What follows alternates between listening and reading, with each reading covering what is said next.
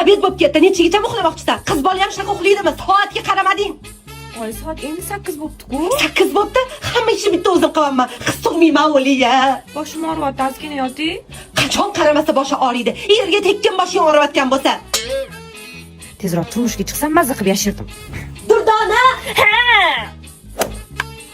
Durdonaxon? Durdonaxon? Voy, oyijon. Assalomu alaykum. Turmaysizmi? Oyijon, endi soat 5 bo'pti-ku. Boshqalarnikini soat 3 da turadi. Bir xillarniki umuman uxlamaydi. Yo siz bu yerga uxlagani kelganmisiz? Kechqurun kam uxlaganimga boshim og'riyapti, oyijon. Boshingiz og'riyapti?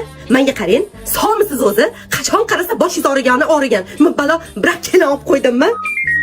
Menga qarang, boshingiz og'risa-chi, uyingizga keting. Boshim og'risa, oyim erga tegin deydilar. Erga tegsam, uyga ketgin deyishyapti. Nima qilishim kerak?